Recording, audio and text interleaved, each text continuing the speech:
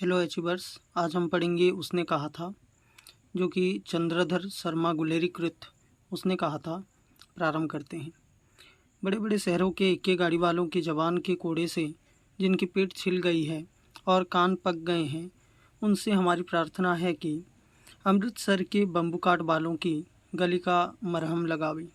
जब बड़े बड़े शहर की चौड़ी सड़क पर घड़ी की पीठ चाबुक से छूनते हुए इक्के बालों कभी घोड़े की नानी से अपना निकट संबंध स्थिर करते हैं, कभी राह चलते पैदलों की आंखों के ना होने पर तरस खाते हैं, कभी उनके पैरों की उंगलियों के पैरों को चींथ पर अपने ही क्यों सताया हुआ बताते हैं और संसार भर की ग्लानि, निराश और क्षोभ के अवतार बने नाक की सीध चले जाते हैं।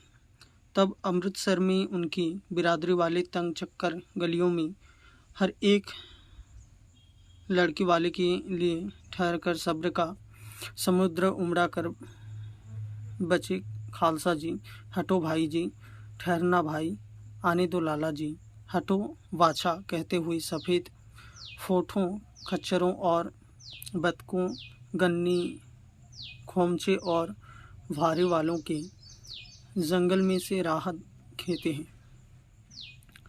क्या मजाल है कि जी और साहब बिना सुने किसी को हटना पड़ी।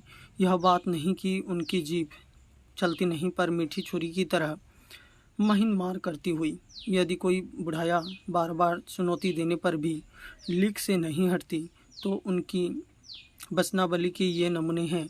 हटजा जिन जोगिए, हटजा कर्मा वालिए, हटजा पुत प्यारिए, बच जा लंबी वालिए। समष्टि में इनके अर्थ हैं कि तू जीने योग्य है, तू भाग्य वाली है, पुत्रों की प्यारी है, लंबी उम्र तेरे सामने है, तू क्यों मेरे पहिए के नीचे आना चाहती है, बच जा। ऐसे बम्बू काट वालों के बीच में होकर एक लड़का और एक लड़की चौक की एक दुकान पर आ मिले। उसके बालों और इसके ढीले सूतने से जान पड़ता था कि दोनों सिख हैं। वह अपने मामा के केस धोने के लिए दही लेने आया था और यह रसोई के लिए बढ़िया। दुकानदार एक परदेसी से गुथ रहा था, जो शेर भर गीले पापड़ों की गट्ठी के गिने बिना हटता ना था। तेरे घर कहाँ है? मगरे में। और तेरे माई में यहाँ कहाँ रहती है? अत्तर सिंह की बैठक में वे मेरे मामा होते हैं। मैं भी मामा के यहाँ आया हूँ। उनका घर गुरु बाजार में है। इतने में दुकानदार निपटा और इनका सौदा देने लगा। सौदे लेकर दोनों साथ साथ चले। कुछ दूर जाकर लड़के ने मुस्कुरा कर पूछा, तेरी कुड़माई हो गई? इस पर लड़की कुछ आंखें चढ़ाकर धत कहकर दौड़ गई और लड़का मुँह देखता रह गया। दूसरे तीसरे दिन सब्जी वाले के यहाँ, दूध वाले के यहाँ अकस्मात दोनों मिल जाते। महीना भर यही हाल रहा। 2-3 बार लड़के ने फिर पूछा, तेरी कुड़माई हो गई? और उत्तर में वही धत मिला। एक दिन जब फिर लड़के ने वैसे ही मुंह में चिढ़ाने के लिए पूछा, तो लड़की की संभावना के विरुद्ध बोली, हाँ हो गई। कब? कल देखते नहीं, यह रेशमी से कढ़ा हुआ सालू। लड़की भाग गई। लड़के ने घर की राह ली।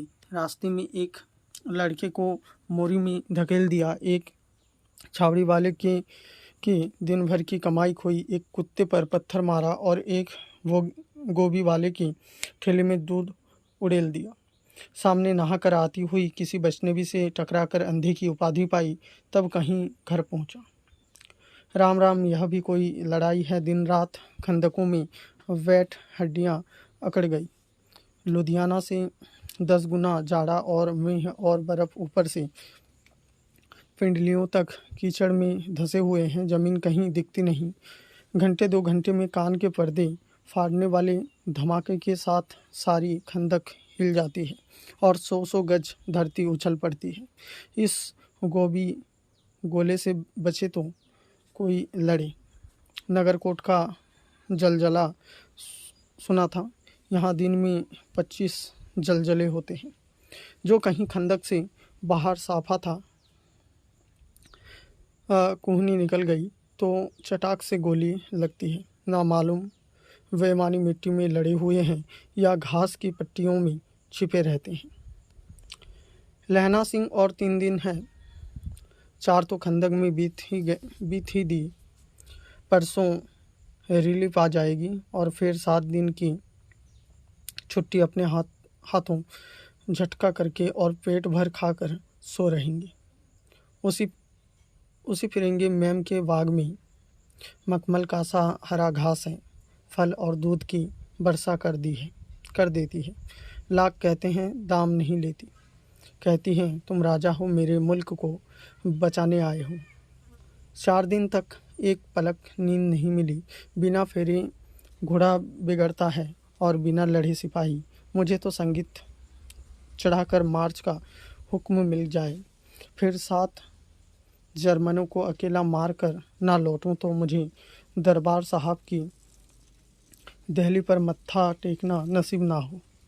पाजी कहीं के कोलों के घोड़े संगीन देखते ही मुंह फाड़ देते हैं और पैर पकड़ने लगते हैं। यूं अंधेरे में 3-3 मन का गोला फेंकते हैं। उस दिन धावा किया था, 4 मील तक एक जर्मन नहीं छोड़ा था। पीछे जनरल ने हट जाने का कमान दिया, नहीं तो सीधे वर्लिन पहुंच जाते। क्यों? सूबेदार हजारा सिंह ने मुस्कुराकर कहा, लड़ाई के मामले जमादार या नायक के चलाई नहीं चलते। बड़े अफसर दूर की सोचते हैं। 300 मील का मामला है, एक तरफ बढ़ गए तो क्या होगा? सूबेदार जी सच है, लहना सिंह बोले, पर क्यों? पर करें क्या? हड्डियों में तो जाड़ा घुस गया है। सूर्य निकलता नहीं और खाई में 2 तरफ से चवी की बबलियों के से सोते झर रहे हैं। एक धावा हो जाए तो गर्मी आ जाए। आदमी उठ, सिगड़ी में कोले डाल, बजरा तुम 4 जनी बाल्टियों लेकर खाई का पानी बाहर फेंको। महसिंग शाम हो गई है, खाई के दरवाजे का पहरा बदल ली। यह कहते हुए सूबेदार सारी खंदक में चक्कर लगाने लगे। बजरा सिंह पलटन विदूषक था। बाल्टी में गंदला पानी भरकर खाई के बाहर फेंकता हुआ बोला, मैं फाधा बन गया हूँ। कोरे जर्मनों के बादशाह का तर्पण, इस पर सब खिलखिला पड़े और उदासी के बादल फट गए। लहना सिंह ने दूसरे बाल्टी भरकर उसके हाथ में देकर कहा, अपनी वाड़ी के खूबसूरत खरबूजों में पानी दो। ऐसा खाद का पानी पंजाब भर में नहीं मिलेगा। हाँ, देश क्या है? स्वर्ग है। मैं तो लड़ाई के बाद सरकार से 10 गुमा ज़मीन यहाँ मांग लूँगा और फलों के बूटे लगाऊँगा। लाड़ी होरों को भी यहाँ बुला लेंगे, यहाँ या वही दूध पिलाने वाले फरंगी मैन। चुप कर, यहाँ वाले को शर्म नहीं। देश की चाल है। आज तक मैं उसे समझ ना सका कि सिख तंबाकू नहीं पीती, वह सिगरेट देने में हट करती है, ओठों में लगाना चाहती है और मैं पीछे हटता हूँ तो समझती है कि राजा बुरा मान गया, अब मेरे मुल्क के लिए लड़ेगा नहीं। अच्छा, अब बोधा सिंह कैसा है? अच्छा है, जैसे मैं जानता ही ना हूँ। रात भर तुम अपनी कंबल उसे उड़ाते हो और आप सिगड़ी के सहारे गुजर करते हो। उसके पहरे पर आप पहरा दे आते हो। अपने भूखे लकड़ी के तंकों पर उसे सुलाते हो। आप कीचड़ में पड़े रहते हो, कहीं तुम ना मांद पर पड़ जाना। जाड़ा क्या है? मौत है, और निमोनिया से मरने वाले को मुरब्बे नहीं मिला करते। मेरा डर मत करो, मैं तो बुलेल की खड्ड के किनारे मरूंगा।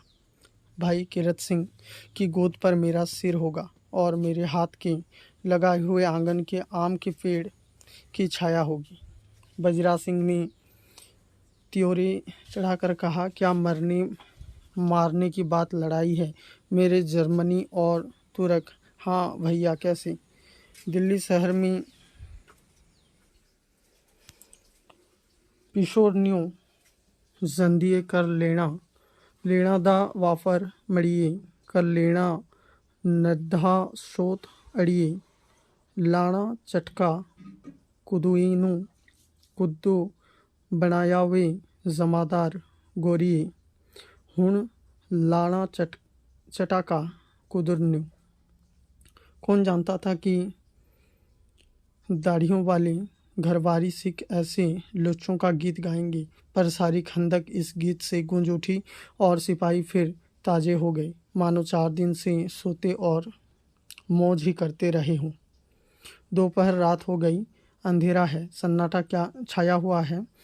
बोधा सिंह खाली बिस्कुटों के टीनों पर अपने दोनों कंबल बिछाकर और लहना सिंह के 2 कंबल और एक बरानकोट ओढ़कर सो रहा है। लहना सिंह पहरे पर खड़ा हुआ है, एक आंख खाई के मुंह पर है और एक बोधा सिंह के दुबले शरीर पर। बोधा सिंह कराहा, क्यों बोधा भाई, क्या है, पानी पिला दो।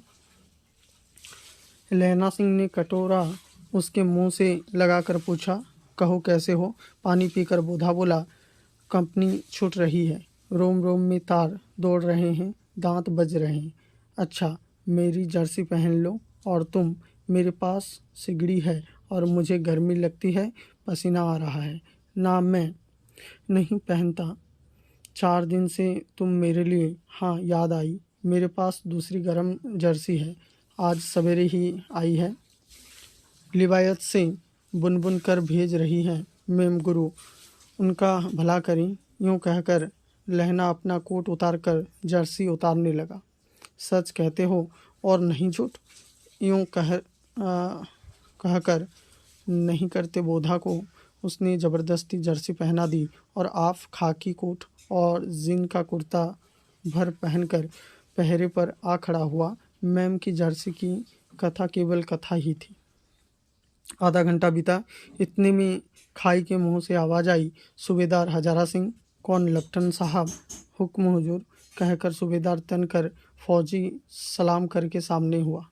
देखा, इसी दम धावा करना होगा। मील भर की दूरी पर पूरब के कोने में एक जर्मन खाई है, उसमें 50 से ज़्यादा जर्मन नहीं है। इन पेड़ों के नीचे नीचे 2 खेत काट कर रास्ता है, 3-4 घुमाव है, जहाँ मोड़ है वहाँ 15 जवान खड़े कर आया हूँ। तुम यहाँ 10 आदमी छोड़कर सबको साथ ले उनसे जा मिलो। खंदक छीन कर वहीं जब तक दूसरा हुक्म ना मिले डटे रहो। हम यहाँ रहेगा। जो हुक्म। चुपचाप सब तैयार हो गए। बोधा भी कंबल उतार कर चलने लगा। तब लहना सिंह ने उसे रोका। लहना सिंह आगे हुआ तो बोधा के बाप सूबेदार ने उंगली से बोधा की ओर इशारा किया। लहना सिंह समझकर चुप हो गया। पीछे 10 आदमी कौन रहे, इस पर बड़ी हुज्जत हुई। कोई रहना ना चाहता था। समझा बुझाकर सूबेदार ने मार्च किया। लेफ्टिनेंट साहब लहना सिंह की सिगड़ी के पास मुंह फेर कर खड़े हो गए और जेब से सिगरेट निकालकर सुलगाने लगी। 10 मिनट बाद उन्होंने लहना सिंह की ओर हाथ बढ़ाकर कहा, लो तुम भी पियो। आंख मारते मारते लहना सिंह सब समझ गया। मुंह का भाव छिपाकर बोला, लाओ साहब। हाथ आगे करते ही उसने सिगड़ी के उजाले में साहब का मुंह देखा, बाल देखा, तब उसका माथा ठनका। लेफ्टिनेंट साहब के पट्टियों वाले बाल एक दिन में ही कहाँ उड़ गए और उनकी जगह कैदियों से कटे बाल कहाँ से आ गए। शायद साहब शराब पिए हुए हैं और उन्हें बाल कटाने का मौका मिल गया है। लहना सिंह ने जांचना चाहा। लेफ्टिनेंट साहब 5 वर्ष से उसकी रेजिमेंट में थे। क्यों साहब, हम लोग हिंदुस्तान कब जाएंगे? लड़ाई खत्म होने पर। क्यों, क्या यह देश पसंद नहीं? नहीं साहब, शिकार के वे मज़े यहाँ कहाँ। याद है, पर साल नकली लड़ाई के पीछे हम आप जगाधरी ज़िले में शिकार करने गए थे। हाँ, वहीं जब आप खोते पर सवार थे और उसका खानमासा अब्दुल्ला रास्ते के एक मंदिर में जल चढ़ाने को रह गया था। बेशक, फाजी कहाँ का सामने से बल नील गया। निकली कि ऐसी बड़ी मैंने कभी ना देखी थी, और उसकी एक गोली कंधे में लगी और पुट्टी में निकली। ऐसे अफसर के साथ शिकार खेलने में मज़ा है, क्यों साहब? शिमले से तैयार होकर उस नील गाय का सिर आ गया था ना। आपने कहा था कि रेजिमेंट की मेस में लड़ाएंगे। हाँ, पर मैंने वहाँ विलायत भेज दिया। ऐसा बड़े बड़े सिंह 2-2 फुट के तो होंगे।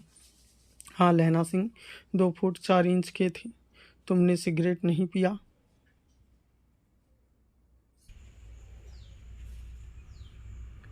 पीता हूँ साहब, दियासलाई ले आता हूँ, कहकर लहना सिंह खंदक में घुसा। अब उसे संदेह नहीं रहा था। उसने झटपट निश्चय कर लिया कि क्या करना चाहिए। अंधेर में किसी सोने वाले से वह टकराया। कौन, बजरा सिंह? हाँ, क्यों लहना, क्या कयामत आ गई? जरा तो आंख लगने दी होती। होश में आओ, कयामत आई है और लेफ्टिनेंट साहब की वर्दी पहन कर आई है। क्या लेफ्टिनेंट साहब तो मारे गए थे या कैद हो गए थे? उनकी वर्दी पहनकर यह कोई जर्मन आया है? सूबेदार ने उसका मुंह नहीं देखा। मैंने देखा और बातें की है। शहरा साफ उर्दू बोलता है, पर किताबी उर्दू, और मुझे पीने को सिगरेट दिया है। तो अब मारे गए। धोखा है सूबेदार। होरा कीचड़ में चक्कर काटते फिरेंगे और यहाँ खाई पर धावा होगा। उठो, एक काम करो, पलटन के पैरों के निशान देखते देखते दौड़ जाओ, अभी बहुत दूर ना गए होंगे। सूबेदार से कहो एकदम लौट आए। खंदक की बात झूठ है। चले जाओ, खंदक के पीछे से निकल जाओ। पत्ता पत्ता तक ना खड़के। देर मत करो। हुक्म तो यह है कि यहीं ऐसी तुम्हें ऐसी तैसी हुक्म की।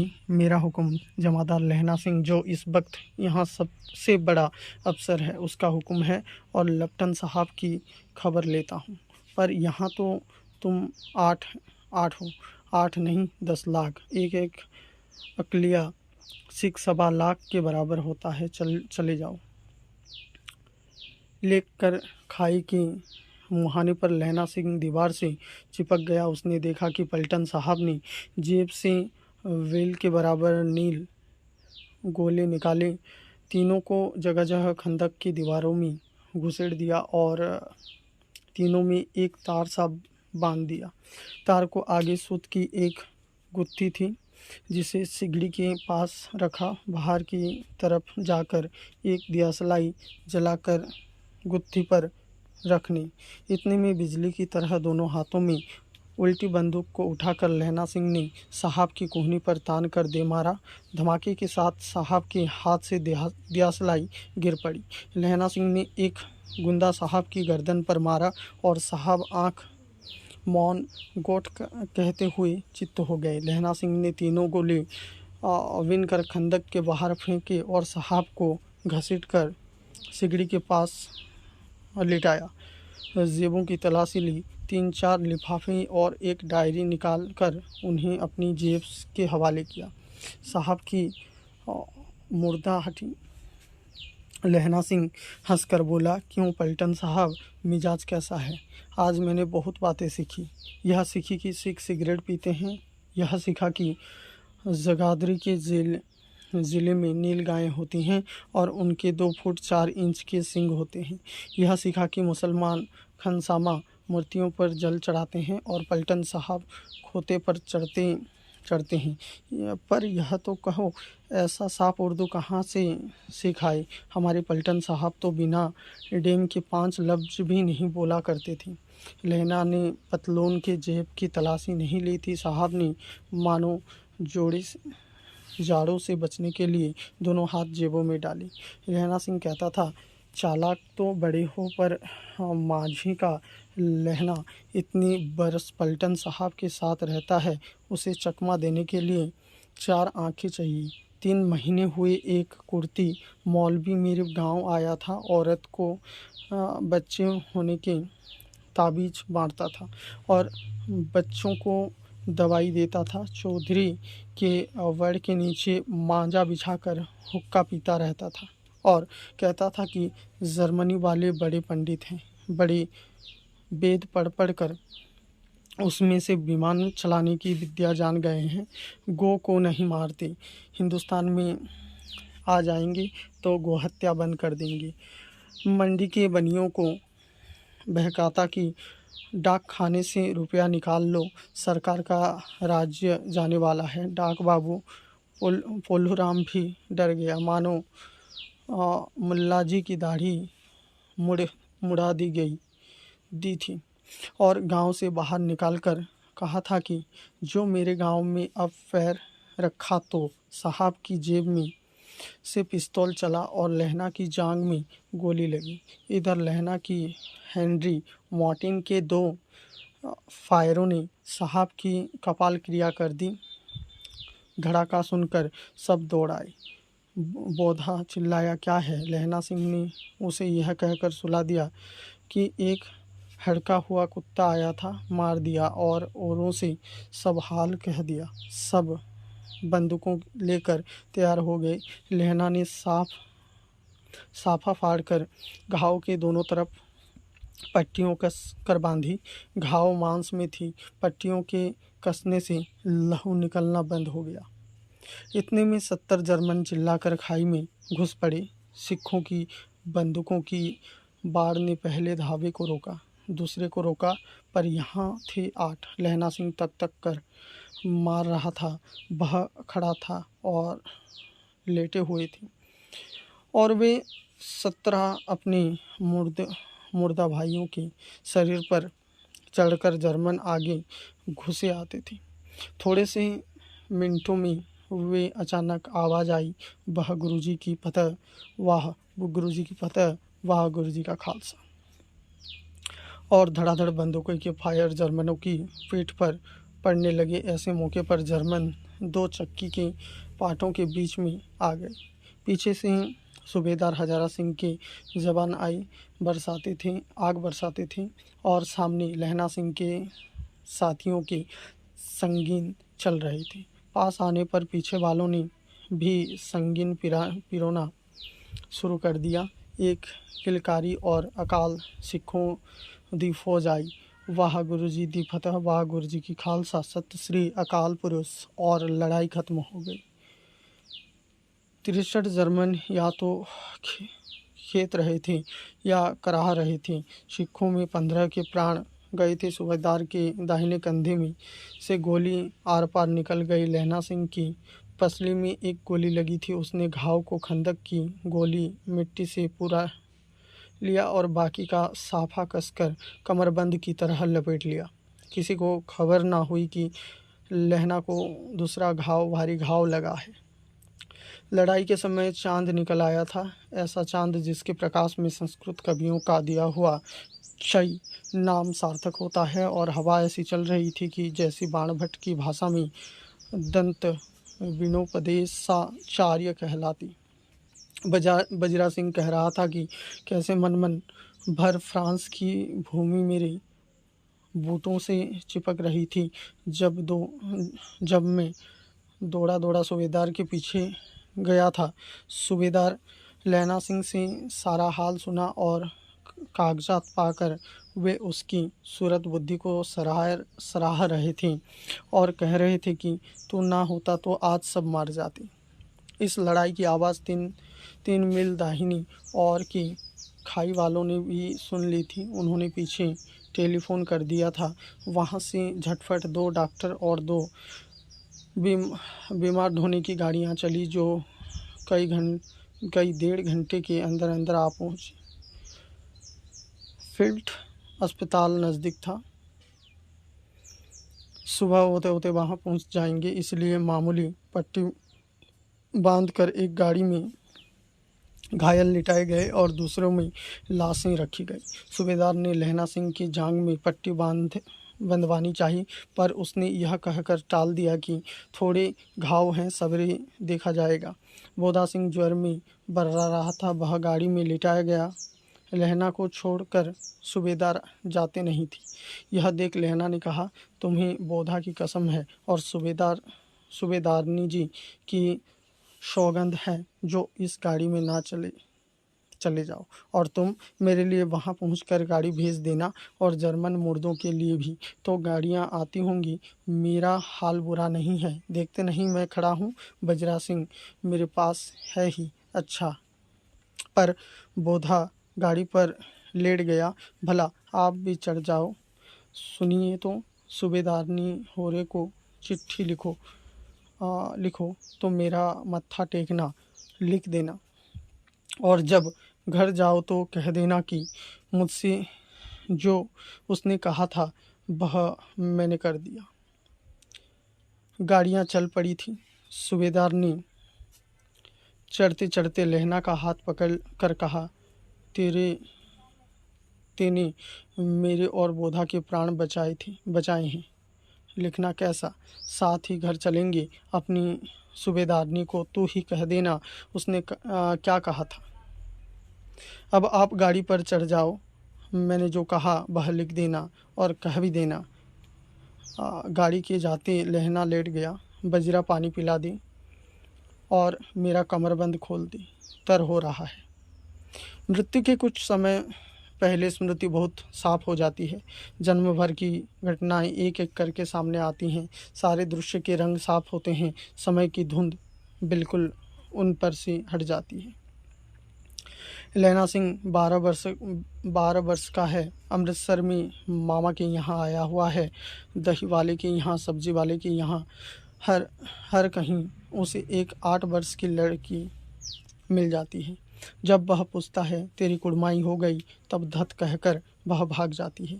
एक दिन उसने वैसे ही पूछा तो उसने कहा, हाँ कल हो गई। देखते नहीं यह रेशम के फूलों वाला सालो। और तो उसने ही लहना सिंह को दुख हुआ, क्रोध हुआ। क्यों हुआ? बजरा सिंह पानी पिला दो। 25 वर्ष बीत गए। अब लहना सिंह ने 77 राइफल में जमादार हो गया है। उस 8 वर्ष की कन्या का ध्यान ही ना रहा। ना मालूम वह कभी मिली थी या नहीं। 7 दिन की छुट्टी लेकर जमीन के मुकदमे की पैरवी करने वह अपने घर गया। वहाँ रेजिमेंट के अफसर की चिट्ठी मिली कि फौजी लाम पर जाती है, फ़ौरन चले जाओ। साथ ही सूबेदार हजारा सिंह की चिट्ठी मिली कि मैं और बोधा सिंह भी लाम पर जाते हैं, लौटते हुए हमारे घर होते जाना, साथ ही चलेंगे। सूबेदार का गांव रास्ते में पड़ता था और सूबेदार उसे बहुत चाहता था।